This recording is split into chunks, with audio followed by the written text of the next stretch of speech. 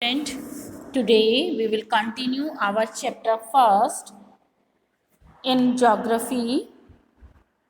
In our earlier video, I had you already explained our environment, natural environment.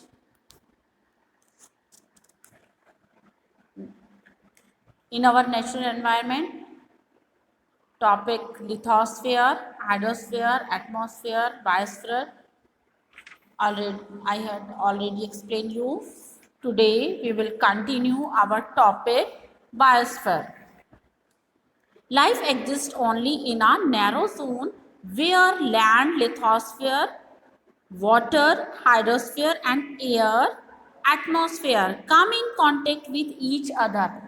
जो हमारे यहाँ life है वो एग्जिस्ट रहती है नैरो जोन पर जहाँ पर लैंड, वाटर और एयर मिलते हैं, जो आपस में कांटेक्ट में रहते हैं, ईच अदर अपने आपस में कांटेक्ट में रहते हैं.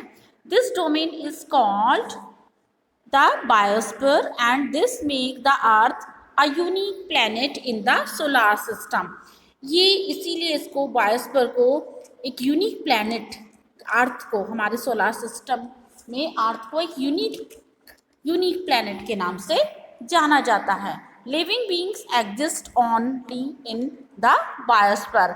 जितने भी हमारे लिविंग बींग्स हैं वो बायोस्फीयर पर ही एग्जिस्ट करते हैं या यहीं पर ही रहते हैं.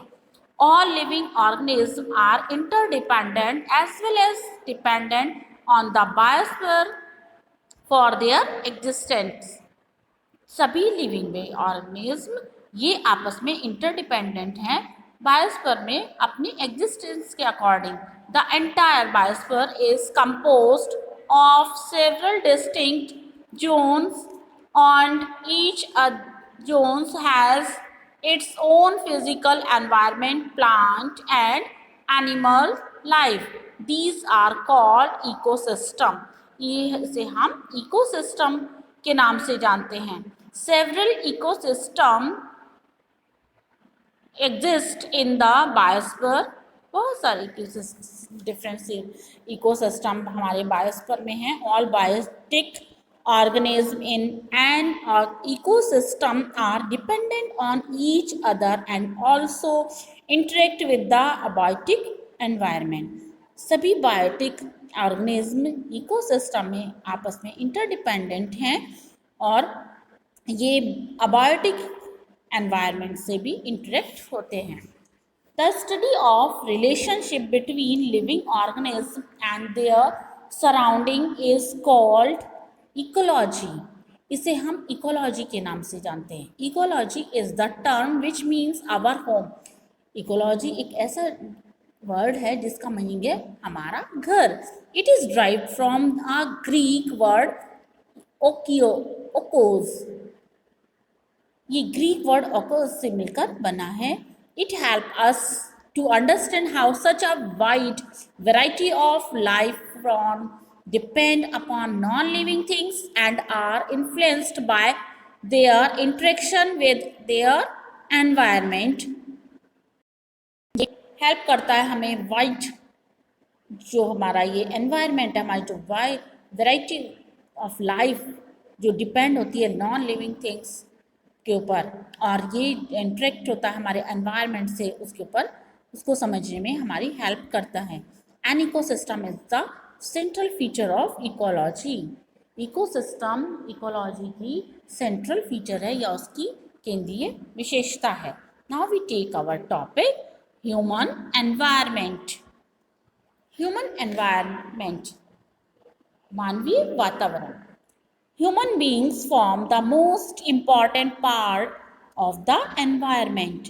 ह्यूमन बीइंग एनवायरनमेंट का या हमारे वातावरण का जो हमारा पूरा पर्यावरण है या उसका एक इम्पॉर्टेंट पार्ट है.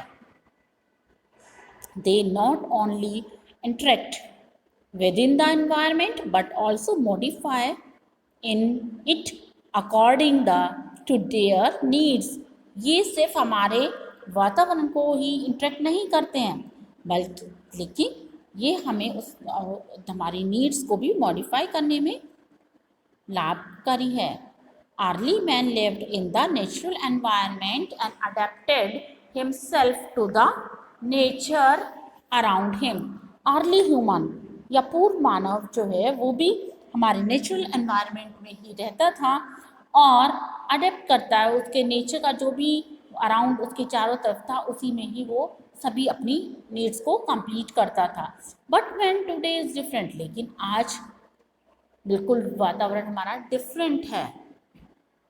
His needs have grown, and in order to meet them, man has modified the environment around him. आज हम जो उसकी ज़रूरतें हैं वो भी आपस में मिलती हैं और मैन मॉडिफाई करता है वातावरण को जो उसकी चारों ओर है। This has affected and changed several ecosystem. ये डिफरेंट इकोसिस्टम को इफेक्ट करता है। It has resulted in disturbing the ecological balance and degrading the environment. ये इकोलॉजिकल बैलेंस को और एनवायरनमेंट को डिग्रेड करता है। Environmental degradation has disastrous effect. जो हमारा एनवायरनमेंट है वो डिग्रेड करता है डिजास्टर इफेक्ट को। Man must be sensitive to environmental issues and learn to protect the environment. Man जो हमारा ये एनवायरनमेंट है, एनवायरमेंटल इश्यूज हैं उनसे बहुत कुछ सीखता है और अपने आप को बचाता है, क्योंकि जो बहुत सारे सेंसिटिव इश्यूज हैं जो उसको इफेक्ट करते हैं उनसे भी अपने आप को बचाना सीखता है।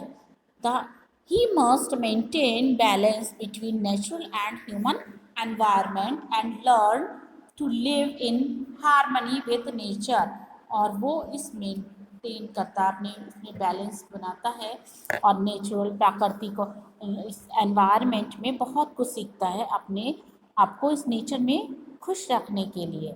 He must use the resources wisely and learn to protect and preserve them for tomorrow.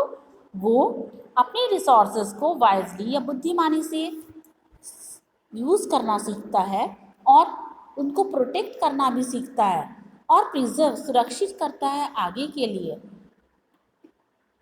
Judicious utilisation not exploitation is the one and only way to attain sustainable development.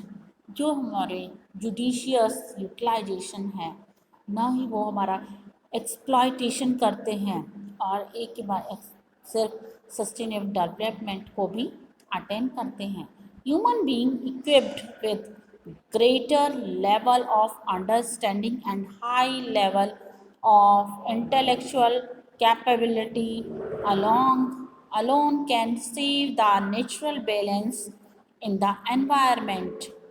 जो हमारा ह्यूमन है वो भी गैदर होता है, greater है वो इस वातावरण को समझने में, हाई लेवल के और इंटेलेक्चुअल कैपेबिलिटी या उसकी जो भी बुद्धिमानी वाली योग्यता है उन सबको अपना वातावरण में बैलेंस बनाने में या प्राकृतिक रूप से अपने वातावरण में बैलेंस बनाने में कैपेबल होता है। It is the need of the time that we must pay attention to conservation of environment. ये समय की ज़रूरत है जो यहाँ पर कंजर्वेशन करती है, एनवायरनमेंट में अटेंशन करती है। To create awareness about environmental conservation we celebrate 5th June every year as the world environment day.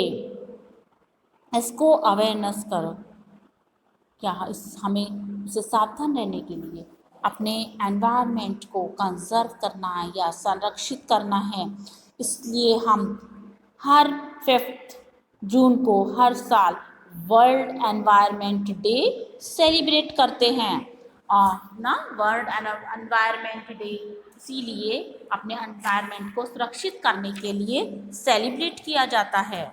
ये आपको इस पिक्चर में भी शो हो रहा है ना, ह्यूमन एनवायरनमेंट, कैसे ह्यूमन ने अपने एनवायरनमेंट को किया हुआ है और ह्यूमन ही अपने एनवायरनमेंट को पॉल्यूट करता है।